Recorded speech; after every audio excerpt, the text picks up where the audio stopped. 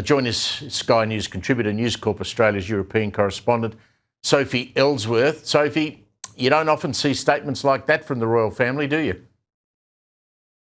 Absolutely not, Steve. This was quite an extraordinary statement that dropped last night about 6 p.m. local time, and one that's very unprecedented by Buckingham Palace to really weigh in so specifically on these allegations levelled against Andrew Mountbatten Windsor.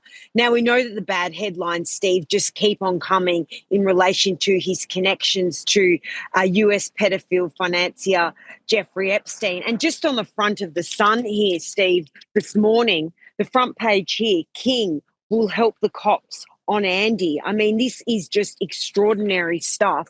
And then on the front of the Daily Mail, King's profound concern over Andrew claims as Palace ready to work with police.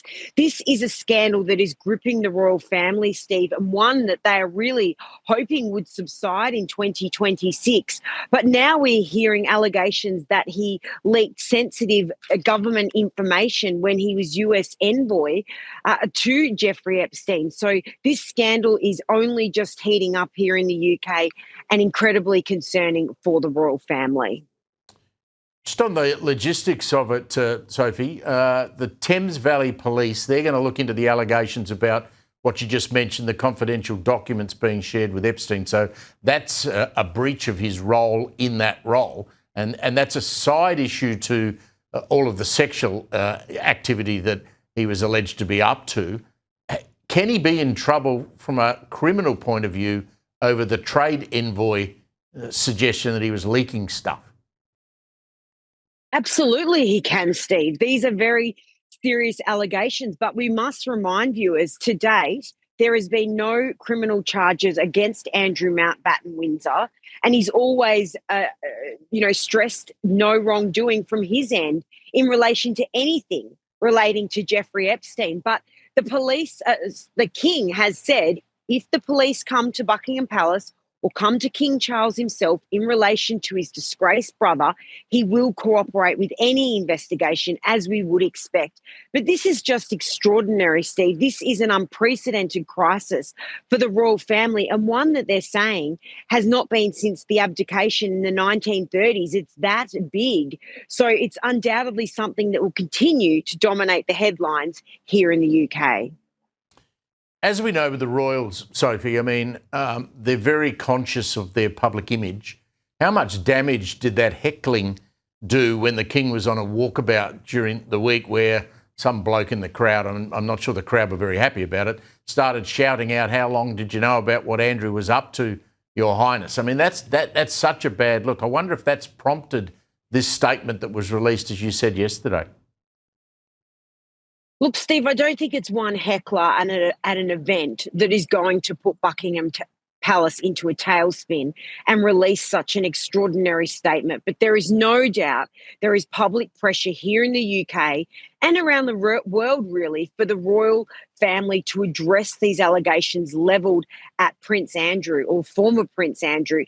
And there is arguments that the King didn't act swiftly enough when he stripped him of his titles last October. We know that Andrew has now packed his suitcases and he's moved from Windsor Estate up to Sandringham Estate.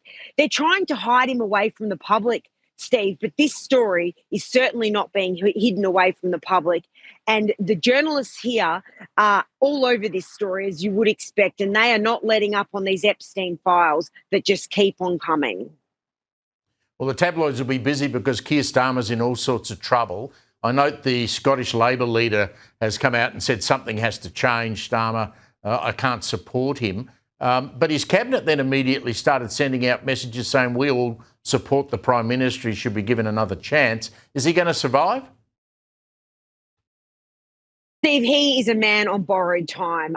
His time really is up. It's just a matter of if it's this week, next month, but it's soon. He won't be Prime Minister in 2029, which is when the next general election is scheduled here. On the front of the Daily Express this morning, Steve, resign now, PM on brink as calls to go mount. I mean, again, he is under pressure here as much as disgraced former royal Prince Andrew is. So the two are in pretty bad strife. But we know yesterday that Keir Starmer's cabinet came out one by one within the space of an hour on social media, throwing their support by him. But it is going to take a lot to boot him out, Steve. They need 80 MPs, Labor sitting MPs, to band together to say we want him gone. And that seems right at this point in time unlikely. But there are local elections coming up in May. He's not expected to do well in them. So I would expect we won't have Keir Starmer as Prime Minister for much longer here in Britain. Never a dull moment, Sophie. Thanks. I'll catch up with you shortly.